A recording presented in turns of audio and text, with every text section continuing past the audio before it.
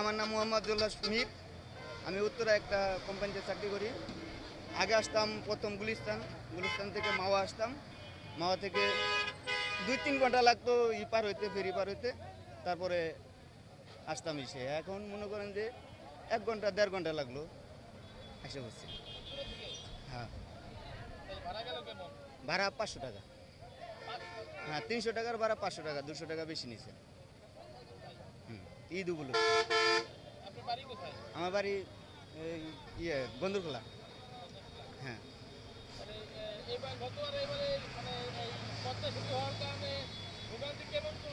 ভোগান্তি এখন তো ভোগান্তি নাই।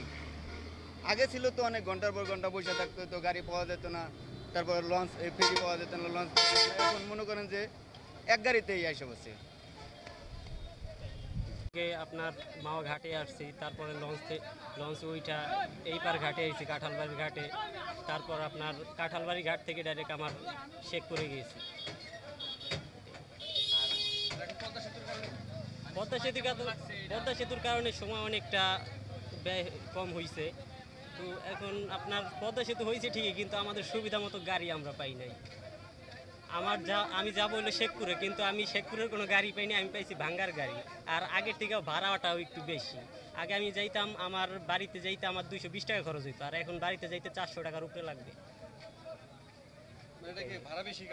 জি, ভাড়া বেশি, হয়তো ঈদের কারণে একটু বেশি হয়েছে, এটাই। এবার তার ভাঙ্গে আসা লাগে নাই। এবার তো মনে করেন যে গুলিস্তান থেকে গাড়ি ধরছি, এক গাড়িতে আইসা নামছে এই জায়গায়, এখন বাড়ি যাইতেছি। এই আর কোনো জামজট নাই গাড়ি রাস্তায়। ওবার জামজট ছিল, রোজার ঈদেরও জামজট ছিল না, এই ঈদেও ছিল না, এরকমই। এটাই তখন তো মনে করেন জাম ছিল, অতিরিক্ত জাম ছিল। আসতে লাগে 4 ঘন্টা, তখন আইসি 8 ঘন্টায়। এখন তার সেই জাম নাই, এখন ভালোভাবে আসছি পদ্মা সেতু হওয়ার পরে। এটাই গুলিস্তান আসছি, গুলিস্তান থেকে মাওয়া আসছি, মাওয়া থেকে লঞ্চ পাড়িয়ে পরে আমরা বাড়ি আসতেছি। অনেক কষ্ট হয়েছে, অনেক ভোগান্তি আমাদের। কিন্তু ওখানে আমরা একবার আমরা এই থেকে গুলিস্তান থেকে গাইতেছি, একবার আমরা পাশে না, অনেক কষ্ট নেই। একবার অনেক খুব শান্তি আমাদের, খুব সুখ।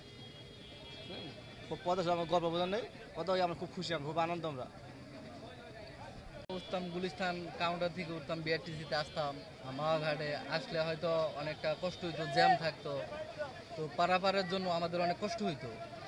কিন্তু এখন আমাদের পদ্মা সেতু হওয়ার পরে তো আমাদের ওইরকম জ্যাম নাই, ওরকম কষ্ট নাই, তো আমরা অনেক ফ্রিলিভাবে আসতে পারি। তো পদ্মা সেতু হওয়াতে আমাদের জন্য অনেকটা ভালো হয়েছে, যে অনেক কষ্ট হয় না। তো ঝড় বৃষ্টির জন্য কোনো ভয় নাই।